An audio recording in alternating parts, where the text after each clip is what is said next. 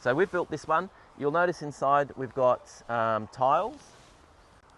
So what we're doing here is if we get rats, not mice, because mice tend not to do what rats do, they will in fact chew through the bottom of your membrane and nest and try and look for things. And if they don't find anything, that's bad luck for you, because now you've got a hole in your membrane and it'll be there forever. And you don't want that. So we've gone a little bit over the top, and we've actually gone and put tiles in. So there's no way in the world that a rat's ever going to be able to get in there. In its most basic form, the wicking bed is really just there to maintain moisture for your plants. That's its function. And there's a few ways of doing that, and the most basic way is what we're going to be doing today. And it's really just creating a level of water that's sitting in there, that's in contact with the soil above, and as it says, it's wicking, so it wicks through the medium in the bottom, up into the soil, and it hopefully gets to the roots of your plants. You'll notice when we go to the other wicking bed, when we're finished here, that's a little bit shallower, and that's deliberate to just show you that this is probably the maximum height you want to go to, which is 600 mil. The other one's 400, which is probably about the shallowest that you want to go to, and in between there is a good height. The reason for that is if your water reservoir is more than say 200, 250, the water actually can't wick up any higher than that. Like, it physically just can't do it. And the other thing is the depth of the soil. If it's too deep, the roots of the plants will just never get down to the wicked moisture. And they're, depending on what it is you're planting, if you're planting shallower rooted things, you would plant them into a shallower sort of like setup. And if you've got bigger things like shrubs or something more permanent, you want to go for a deeper bed, because those roots will in fact find their way quite deep anyway. So this one here is, the 600 mil high. So what we're going to demonstrate is the use of basically fold it out, how not to put a hole in your membrane, which we are doing in this case with geotextile. And geotextile is basically it's a non-woven product. It allows water through it. It's very, very tough. It'll probably last 1,000 years. And the point of this is really just to put down over the top of the tiles, and then we'll put our membrane in, which is, you can see behind over there, is really what creates the bathtub. So we're now going to put this down, and really this is just there to stop us putting holes in the membrane. Well, the box itself, if you're making it out of timber, you want to be using some form of treated timber, because of longevity, not rotting, and what that means is that the preservatives are never really super friendly. We're using something called EcoWood, which is a non-arsenic base preservative. You can buy arsenic based products. The stuff that you would normally buy, say from Bunnings, is actually, even though they say it's not as toxic, it still is not awesome. I wouldn't necessarily be eating stuff that's right next to it, even this timber here. So you'll notice that we're going to bring the membrane all the way up, and we're not going to expose any of the soil to the timber. For a wicking bed, really the moisture really only needs to go or be held in the bathtub up to where the water sits. So that practically means that it's sort of like, maybe it needs to come up a couple of 100 mil as opposed to the whole way. But by bringing it up the whole way, you cover that timber and you're not coming in contact with it ever. But yeah, this should be okay. There are some of these beds that have got the soil in contact with it, and it has passed the tests. It should be fine. But I always like the precautionary principle, and especially with food. So I would always be putting the membrane, lapping it up over. Apologies in advance. This is a slightly boring bit, but we're really doing this because to show you how much of a hassle it actually is, potentially, to install the actual membrane. We've done some of the easy bits for you. Now, some of the hard bits, you've got to realise that it does take a bit to to get this part done. So we didn't want to make it so simple that when you actually came to doing the job yourself, you thought, this wasn't like how it was when it was presented, so we're giving you a bit of a taste of reality. So Yeah. you know, hopefully it's sort of not too boring, but you do sort of see some of the nuances of this part of the job. So Yeah. just bear with us. Yeah.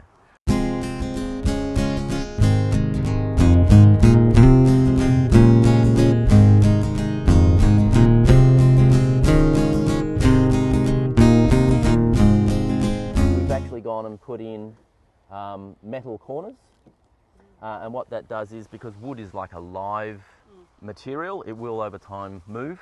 By putting it into a piece of metal, it stops the movement and restricts its sort of like ability to over time distort and warp. You'll notice here, so we've put these things which are nicely called fish plates. Don't ask me why. Got nothing to do with fish.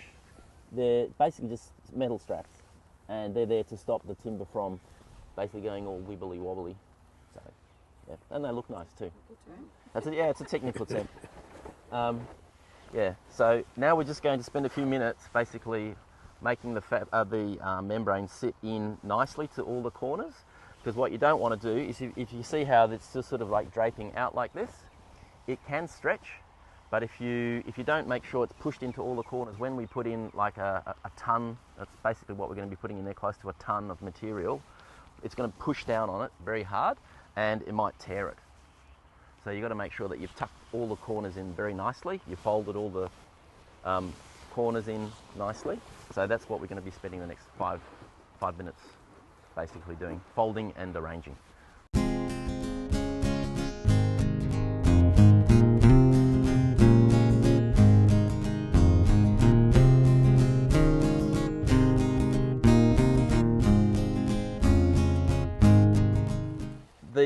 The hole there is going to be the drain hole, and the function of the drain hole is to, if you ever wish to empty the bed, and I'll just grab some plumbing fittings,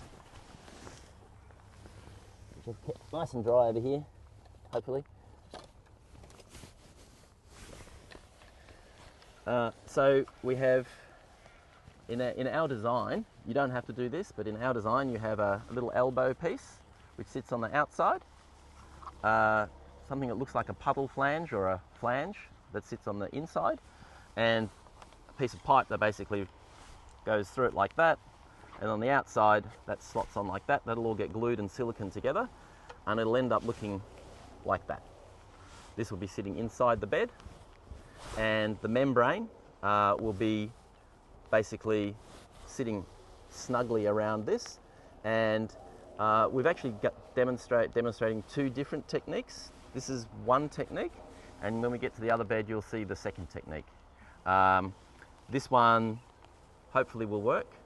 We've done a sample, and actually I might just go and grab that sample just so you can see what that looks like. What's underneath? We've basically just got soil, some gravel that we've used from around the garden to get it level, because the most important thing is to make sure that your water level is level, like sort of throughout, otherwise the wicking process isn't going to work properly. So we levelled everything off, put the pavers down, and yeah, that's basically it, like wood all around the side, and we've used pavers and with some concrete to fill in the spaces in between, because you just don't want to leave any room for rats or rodents to sort of get in underneath.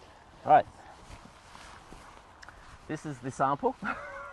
So unlike plastic, rubber, as you know, is stretchy. So in this case it's extremely stretchy, which is fantastic. So what you do is, if you go to the Beauty Liner website, they'll say ideally don't put holes in your membrane, but if you do, this is what you do, and they've got a nice little demonstration there, so you can look that up on the internet. However, this is what it ends up looking like. They don't have very good photos, so this is actually what it looks like. So depending on the size of your hole, so we're using 50mm standard PVC pipe, you basically need to cut in the liner a hole that's about 1/3 of the diameter of whatever it is that you're wanting to push through. And then I did that, and I looked at it and I thought, there is no way in the world that I'm going to be able to fit this pipe through. And for the first 30 seconds when I was trying to, I thought I was right. I thought, no, I can't actually get this through. However, I worked out that there is actually a little bit of technique to it, so we'll demonstrate that technique here. And what it basically means is you need a little bit of spit as just lubricant, and or you can use something else, but spit will evaporate. You don't want some lubricant sticking around, you want it to be gone. Water's not quite as slippery.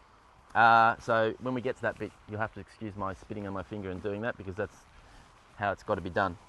So you basically just pull it over, and then you can actually position this on there. And once you've got it in where you need it, you can then get this stainless steel. If you remember any car maintenance that you may have done, these are the things that are called the hose clamp. Goes over here, and the idea is that even though this technically should be waterproof, by putting this on and tightening it, it's definitely waterproof. You just have to be careful that you're not pushing it too far down towards the membrane, because you might cut the membrane, because this is actually metal. But that's the practical solution to stopping water getting out your one and only hole that you'll be putting in your membrane. Do you need more down there, Bo? Might be safer. Yeah, probably. If you give me a little bit more membrane, so just give me about another 4 or 5 inches. Just hold on to that there.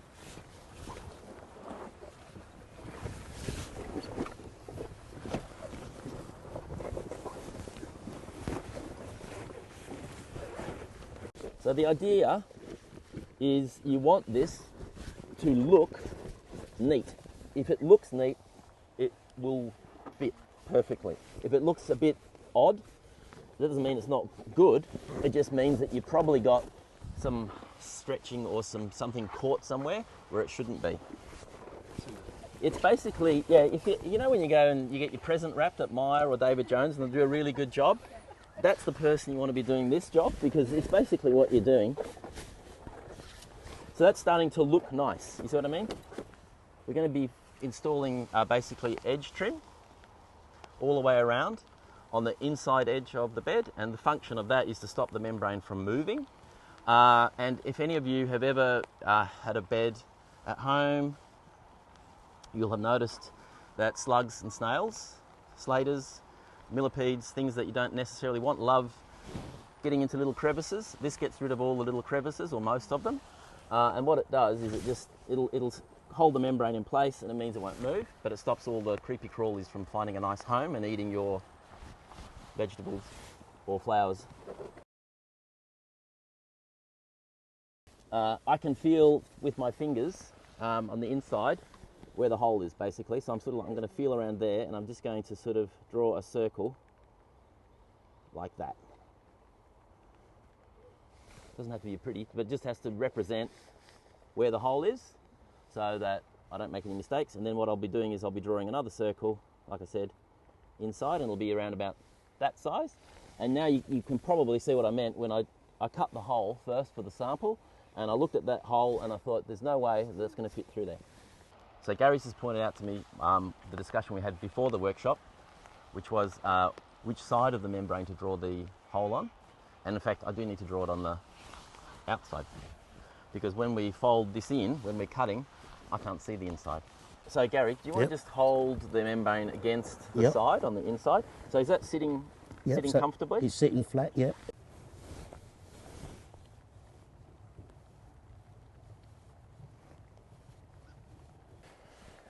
So now I'm going to undo the good work that I've just done. I'm going to have to fold this back in. Okay, so now you can see where the hole is. Not as nicely drawn, but that's on the right side of the membrane.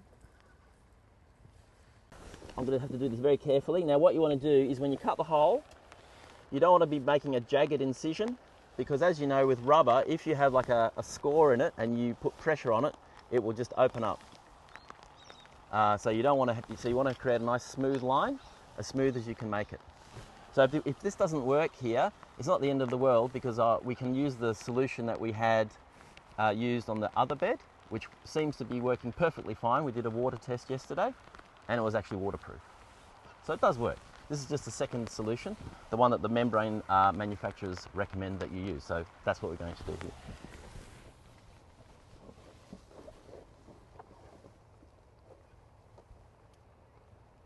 And I can't stress enough, when you cut the hole in rubber, make sure the knife that you use is really sharp, because otherwise it'll be tearing as opposed to cutting, and you want to cut, not tear.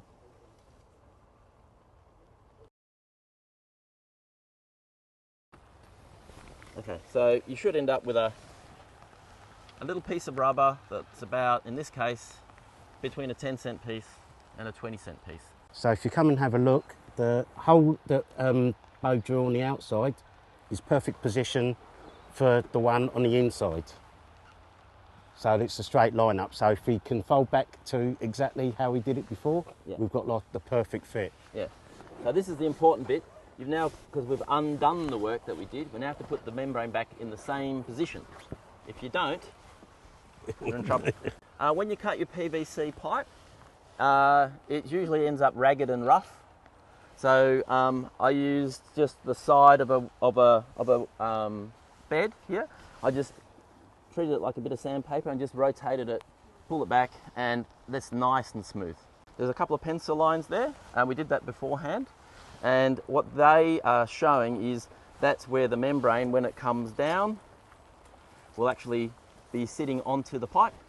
And that's approximately where we want to sit this, because the pipe will be sitting inside the bed and partly out through the wall of the bed. So now, you could go, well, why don't you push it from that end? Well, you can't, because the membrane has to go this way, which means I need to start at the long end, unfortunately. And the reason we've got this long, because you only need about this much pipe, as you'll see practically, but I need to get my fist around that to apply force. Otherwise I can't do this. So it's really just how big or small your hand is will determine how much pipe you end up with inside. And I've even written, you'll notice I've even written inside there, because it's at moments like this when you turn things around the wrong way or you forget that there's an inside. Always give yourself little visual clues, because it's usually the big thing, the little things that stuff up big time. So this is the spit moment, so sorry. And now I've got to pull this. I've got to keep pulling it until I get down to that pencil line. Yeah, so there's the pencil line. So I just want to not go too much further. Doesn't have to be perfect. So what I'm left with is a little stubby bit out the back. You can see, so, yep. Because I've got this nice flange, which I probably, in my mind, when I first thought of this, didn't really, it's got to dry it off, think we'd necessarily need, is what it does is it gives the pipe something perfectly to fit through. Right. So what I'm going to do is basically apply a bead of silicone, water, potable water grade, so water tank, stuff that you use in plumbing that you basically can drink from. So it has to be potable water grade, because you don't want to go to all this trouble to then use stuff that will poison you, or at the very least make you feel unwell. So just take a bead, run it around the outside like that. And because the hole that we're putting it into is very snug, this will just fit through that hole. What it'll do is it'll force the silicone perfectly to form a nice seal.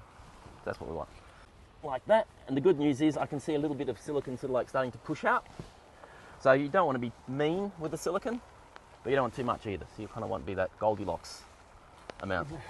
So where that flange has a little leg that goes into the hole, this edge here will basically sit right up against that. And I've got something here. Now those that might have substance abuse issues, this will be not very nice for you to smell. This is really stinky, and it actually is a glue. It's a plastic glue. So has anyone here ever made plastic models at any time in their life? This smells something like that and does the same job. It basically melts the plastic. And when it sets, yeah, the bond is stronger than the plastic.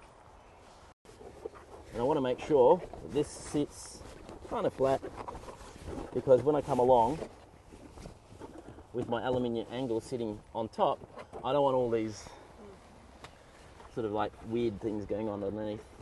So it's okay to have 3 or 4 layers as long as they're sort of sitting flat. So before we finish that, we're actually going to be finishing the top edges with aluminium angle, and then we'll glue that. So the next stage for us is I'll just go down and we'll tidy up that end. But this one to me looks okay.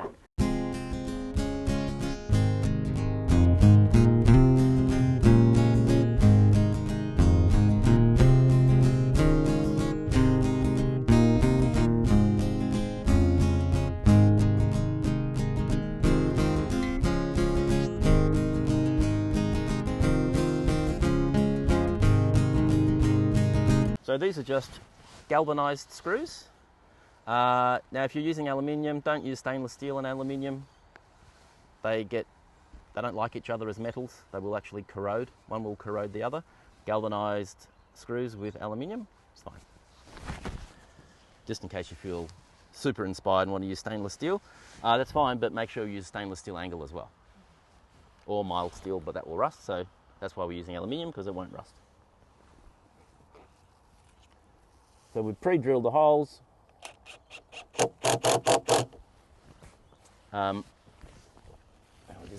Again, measure twice, cut once. So as you're going along, just make sure that you're not, when you're tightening things together, that you're not creating other pinch points. Again, if you screw up your membrane, don't forget it's the major piece of technology holding this thing together.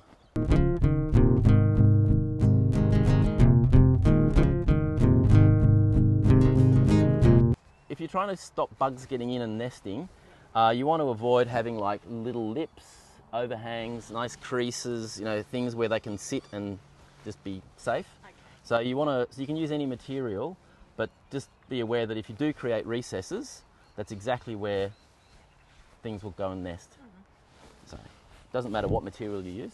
But when we've pre-drilled these holes, because even though you could drill straight in, the filings from the metal could end up in the bottom of and then end up being sort of something that could puncture. So better to pre-drill the holes if you're using the metal sides away from the actual installation site.